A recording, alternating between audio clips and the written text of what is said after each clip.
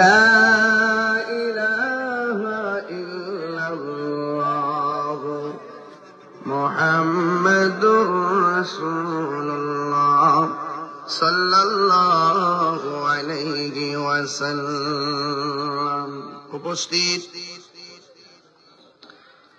চান্দিনা কয়লাইন ফাতেমাতুজ জোহরা রাদিয়াল্লাহু তাআলা আনহা ইবতিদায়ী মাদ্রাসা কমিটির উদ্যোগে পবিত্র ঈদে মিলাদুন নবী সাল্লাল্লাহু আলাইহি ওয়াসাল্লাম উপলক্ষে মাহফিলে সম্মানিত বিশেষ বক্তা লক্ষ্মীপুর আলিম মাদ্রাসা সম্মানিত অধ্যক্ষ মাওলানা আলী নওয়াজ ওয়াজিদি সাহেব, বক্তব্য রেখেছেন মাওলানা মুফতি জামাল হুসাইন সাহেব, বক্তব্য রেখেছেন সারা বাংলার আলোড়ন সৃষ্টিকারী আপনাদের গর্বিত সন্তান হযরতুল আল্লাহ মাওলানা সহযোদ্ধা আবু হানিফা নোয়ারি সাহেব, মাওলানা সানাউল্লাহ নুরি সাহেব, মাওলানা হাফেজ আব্দুল সামাদ আল কাদরি সাহেব, প্রধান অতিথি জনাব মাওলানা আবু তাহের ভুইয়া সাহেব, প্রধান মেহমান জনাব আবুল কালাম আজাদ সাহেব, সভাপতি জনাব মোহাম্মদ শরীফ হোসেন শরীফ সাহেব, সহসভাপতি জনাব নাসির উদ্দিন মাহমুদ ভাই, দুলাল প্রধান ভাই এবং গিয়াসউদ্দিন কানন সাহেব,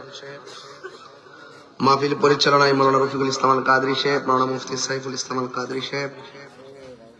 আর অত্র মাদ্রাসার দাতা ছিলেন মরহুম আব্দুল গফুর প্রধান ও আরবানি প্রধান, যারা এই মাদ্রাসাটা দিয়ে গিয়েছেন, দান করে গেছেন, আল্লাহ পাক যেন তাদেরকে জান্নাত বাসী করে দিবেন, আমিন। আজকে যারা দান করেছেন প্রত্যেকের দান যেন আল্লাহ পাক কবুল করে বলেন, আমিন।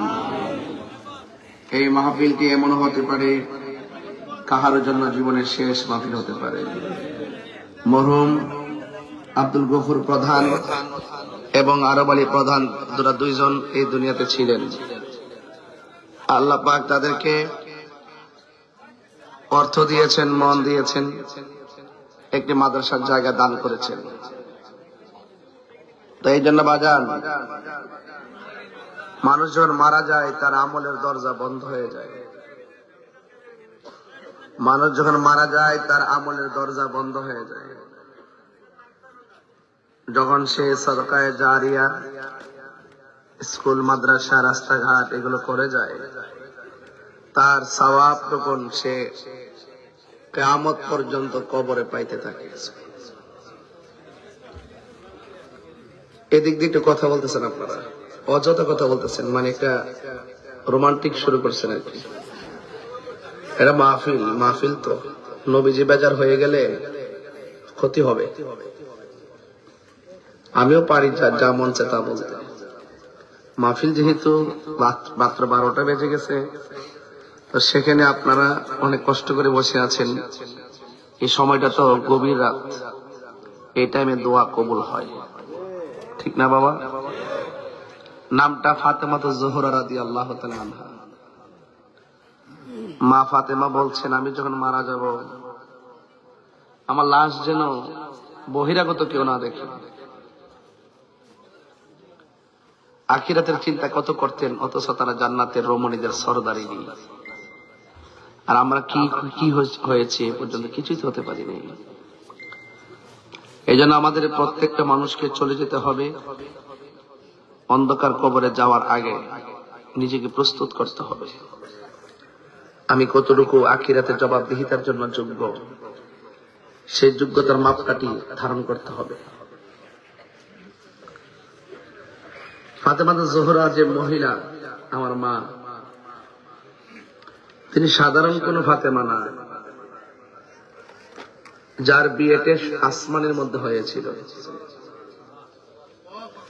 যার বিয়ের মধ্যে আল্লাহ পাক নিজে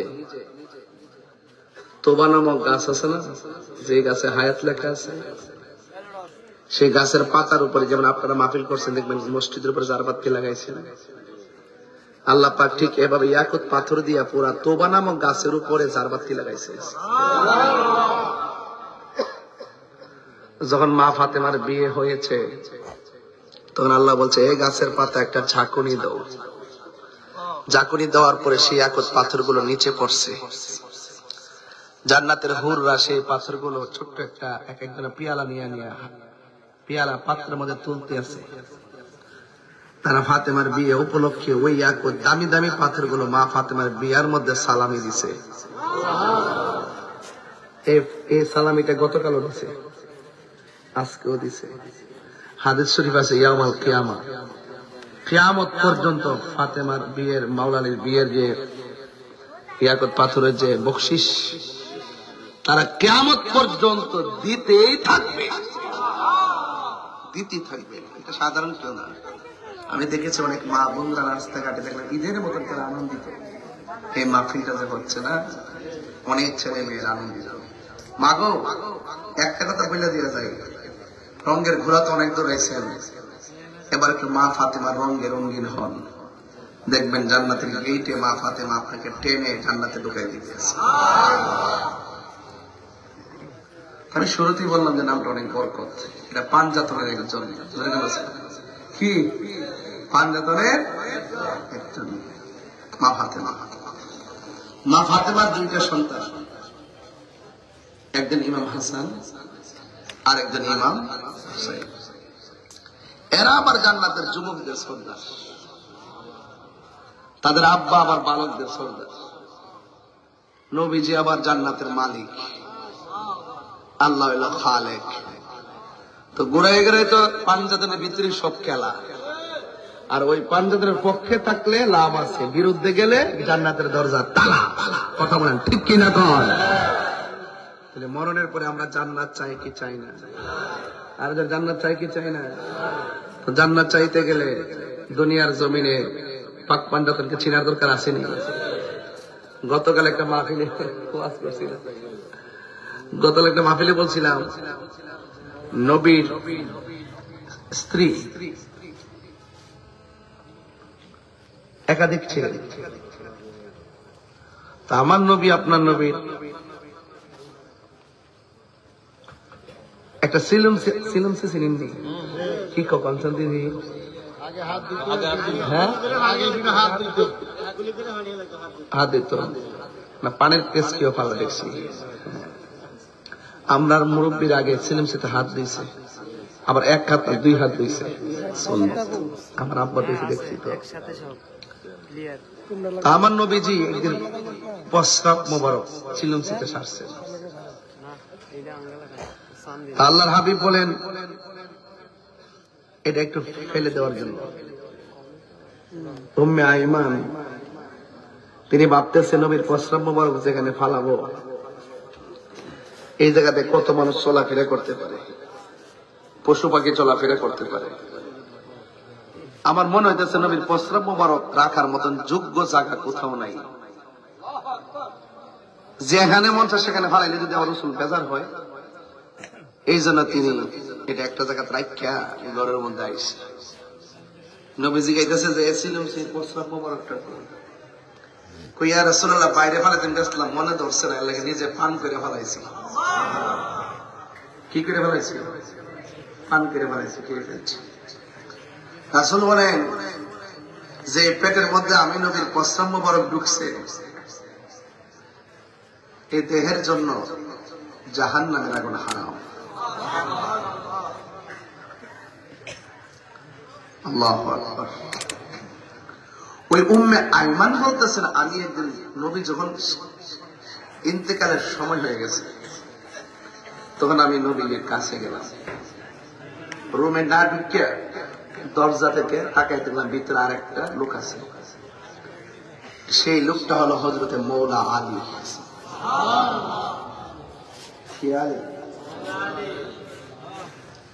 তা আমি দরজা দিয়ে তাকাই দেখতেছি নবীজি নীরবে মৌলা আলী রাদিয়াল্লাহু তাআলা আনহুকে এইভাবে জড়াইয়া ধরলেন। নবীর জবান মুবারকটা মৌলা আলীর কানের মধ্যে লাগাইলেন। দীর্ঘক্ষণ পর্যন্ত আমি তাকায় দেখলাম আমার নবীজি মৌলা আলীর কানের কাছে জবান মুবারকটা লাগাইয়া কি জানেন মারেফতের সংলাপ করতেছে। আর বড় করে এখন সুবহানাল্লাহ। রাসূল বলেন আনা মাদিনাতুল ইলমি ওয়া আলিয়ুন বাবুহা, আমি নবী হইলাম ইলমের শহর, আমার আলী হইল সেই শহরের দরজা। আল্লাহর হাবিব আরেক জায়গায় বলেছেন যে আলী হলো আমার গোপন রহস্য। তো এই জন্য আপনাদের কাছে একটু অনুরোধ করে বলতেছি আর কি, মা ফাতেমার নামটা দেখছি দিকে ফান্দাতনকে স্মরণ করছি আর কি। এদের সঙ্গে গাদ্দারি করলে আপনি কখনো জান্নাতে যাইতে পারবেন না। এই জন্য যে কোনো মুহূর্তে আপনি মারা যেতে পারেন। তো পাঞ্জাতনের গীত যদি গাইতে পারেন, পাঞ্জাতনের সাথে মোহব্বতের ডুরি যদি লাগাইতে পারেন, আমলটা কম হইতে পারে, আমলটা কম হইতে পারে। কিন্তু যদি মোহব্বতটা লাগাইতে পারেন, বলা হয়েছে আনতা মামান আহবাবতা, তুমি যাকে ভালোবাসবে তার সঙ্গেই তোমার জান্নাত হবে। এই জান্নাত আমরা চাই কি চাই না? তো জান্নাত যদি চান তাহলে কবরের ঢোকার আগে নামাজের দরকার আছে না নাই? মা বাবার খেদমতের দরকার আছে না নাই? কেউ আমরা প্রতিদিন কিন্তু দৌড়াইতেছে একজন, নাম কি? আজরাইল। দাওয়াইতেছে, আমরা টের পাই না আর কি। নীতি নীতি নীতিতে কইলান থেকে তুইল্লা শান্তিনা যা উঠাইয়া ঢাকা এয়ারপোর্টে নিয়ে বিমানও তুইল্লা সৌদি আরব নিয়ে বিল্ডিং এর উপরে উঠাইয়া সেন্টারে মাল লাগাইতে যায়, ঠুস করে রোডে পড়িয়া যখন চিৎকার মারে তখন আজরাইল কয় এখানে তোর মরণটা লেখা আছে। ওয়ামা তাদরি নাফসুম বিআইয়াদিন তামুত। আজরাইল দাওয়াইতেছে, আপনি টের পান না? অনেকে বলে যে সেরে বাচ্চাটা যদি কেউ মুরব্বি থাকতো তাহলে বাচ্চাটা পানিতে পড়ে মরতো না। এই কথাটা ঠিক না। হাজার পাহারা দিল, যেখানে আপনার মৃত্যু লেখা আছে সেখানে মৃত্যু হয়েই যাবে। এক সেকেন্ডের জন্য এদিক সেদিক হবে না। চিৎকার মেরে বলুন, মৃত্যু দেওয়ার মালিককে। আমার মরণের কতদিন বাকি আমি জানিলাম না গো আল্লাহ, মরণের কতদিন বাকি আমার মরণের।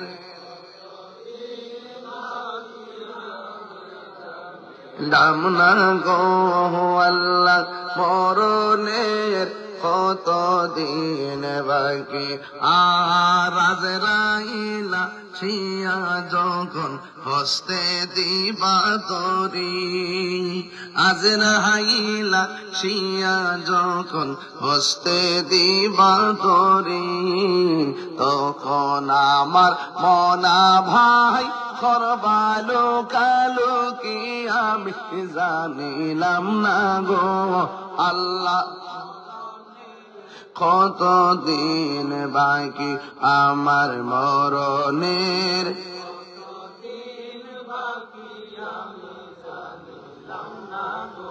ও আল্লাহ, মরণের কতদিন বাকি। আর 40 দিনের আগে ভাইরে মৌতের নিশানি, 40 দিনের আগে বাইরে মৌতের নিশানি। হে জমদূতে কা ইরানি আজরাইল জানি আমি জানি লাম না গো আল্লাহ, দিন বাকি আমার মরণের আমি জানিলাম না গো আল্লাহ, মরণের কতদিন বাকি। একটা জবান বন্ধ রাখবেন না, মহব্বত মায়ার সুরে বলুন সুবহানাল্লাহ। এ ভাই রে, কি দিয়ে আওয়াজ বোঝাবো, ভাষা নাই। তবে একটা ভাষা আমার আছে, নিঃশ্বাসের কোন বিশ্বাস, আর জোরে কোন বিশ্বাস। রাতের বেলা ঘর থেকে বের হলে লাইট লাগে, অন্ধকার, কিন্তু আপনার বাবা সেই ঘরে অনেক দিন ধরে একা একা পড়ে আছে, খবর আসেনি। আপনার মা সেই ঘরের মধ্যে একা একা পড়ে আছে, খবর নাই। আপনার দাদা একা একা কবরে পড়ে আছে, কোন খবর নাই। অন্ধকার, রাতের বেলা কেউ গোরস্থানে যাই না, ডর লাগে। ও আল্লাহ, রাই তৈলে ডরাই। রাইতো আইলে ডর বয়স কলি বুইলা যায়। দিন রাইতে তোমার বান্দার কলবে যেন পায়, দিন রাইতে তোমার বান্দা কলবে যেন পায়, আল্লাহ রায় তৈলে ডরাই, রাইত পোহাইলে ডর বয়স কলি বইলা যায়। আসল কথা কইছ আপনি? আল্লাহ আল্লাহ আমি সৃষ্টি তুমি স্রষ্টা, আমার কি বা সাধ্য, যখন তখন উইরা যাইতে কইলাই বাসি বাধ্য। কথা কন ঠিক কিনা? টেহার জোরে থাকতে পারেননি, ক্ষমতা জোরে থাম যে বলি। আল্লাহ আমি সৃষ্টি তুমি স্রষ্টা, আমার কি বা সাধ্য, যখন তখন উইরা যাইতে এই তাহিরে বাধ্য। সব ক্ষমতার প্রতিপাত হর হামেশা গাই, সব ক্ষমতার প্রতিপাত হর হামেশা গাই, আল্লাহ রাই তৈলে ডরাই, রাইত পোহাইলে ডর বয়স খনি বুইলা যায়, আল্লাহ রাই তৈলে ডরাই, রাইত পোহাইলে ডর বয়স খনি বুইলা যায়। জোরে জোরে গিয়ে আল্লাহু আকবার বলা যাবে না? হাইরে ও চান্দিনের কইলাইনের বন্ধু, কি ভাষায় রাত্রে গভীর রাত্রে ওয়াজ করব? আমি না বাড়ি থেকে আসছি, ইনশাআল্লাহ বাড়িতে যাব, কিন্তু বাড়ি ছেড়ে যারা আসল বাড়ি কবরে গেছে তারা কি আর ফিরাইছে? কেউ আসে নাই, তারা কবর থেকে আজকে তাকায় রয়েছে কইলানের মাহফিলে। আপনি নিয়ে তার জন্য দোয়া করেন, সন্তান নিয়ে মার জন্য দোয়া করে, স্বামী নিয়ে স্ত্রীর জন্য দোয়া করে, ভাই নিয়ে বোনের জন্য দোয়া করে, বন্ধু নিয়ে বন্ধুর জন্য দোয়া করে। এরা বলতেছে ও আমার কইলেন মাসি, মাহফিলটা তাড়াতাড়ি শেষ করো নাও। যতক্ষণ মাহফিল চলতেছে এলাকার ভিতরে যেন একটা রহমতের হাওয়া বইতেছে। আল্লাহু আকবার নাকি গান। এই জন্য বাবা বাড়ির মধ্যে যাইয়া ঘুমাইবার আগে এখান থেকে একটু সিলেবাস দিয়া যাইতে হবে, নড়াচড়া করা যাবে না, নীরব থাকা লাগবে। জীবনে অনেক ঘুমাইছেন, এমন হতে পারে জন্মের মতো নাজরাইল আইসা তোমার ঘুম কাইরা নিতে পারে। পারেনি বাবা? আও পারেনিও? মরণ বড় কঠিন। আমার নবী আপনার নবী রহমাতুল লিল আলামিন হায়াতুন নবী জিন্দা নবী বলেন, জীবন্ত বকরির শরীর থেকে চামড়া তুললে বকরির যেমন কষ্ট হয়, এর চাইতে 1000 গুণ কষ্ট হয় আজরাইলে যখন রূহটা নিতে আসে। তখন কেউ জিহ্বায় কামড় মারে, কেউ পায়খানা করে বিছনা পাশাইয়া দেয়, কেউ চোখ দুইটা উল্টাইয়া দেয়। এই জন্য আমার নবী বলেন সবচাইতে পৃথিবীর পরীক্ষার সময় হলো সাকরাতুল মাউতের কষ্ট। কইলানের ঘরের দরজায় যখন আজরাইল এসে দাঁড়ায়া যাবে, সেই দিন বুঝবেন দুনিয়াতে আপন কেউ নাই। কথা বলেন না ঠিক কিনা? কেউ আপনার আপন হবে না। এই জন্য 1000 টাকা দিলেও লোভিং করলে একদিন হায়াত রেনু করা যাবে না। জীবনে জীবনে পাসপোর্ট বহুত রেনু করেছেন, কিন্তু আপনার সে হায়াত রেনু করার কোনো ফ্যাক্টরি নাই। এই জন্য একটা রাইতের বড় দাম আছে। এমনও হতে পারে এই রাত করার উসিলায়, পাকে পাঞ্জাতন উসিলায় আমার আল্লাহ আমাদের মুর্দা কলবদারে জিন্দা বানাইতে পারে কি পারে না? এই জন্য আমার বন্ধু কি ভাষায় ওয়াজ করব? আমার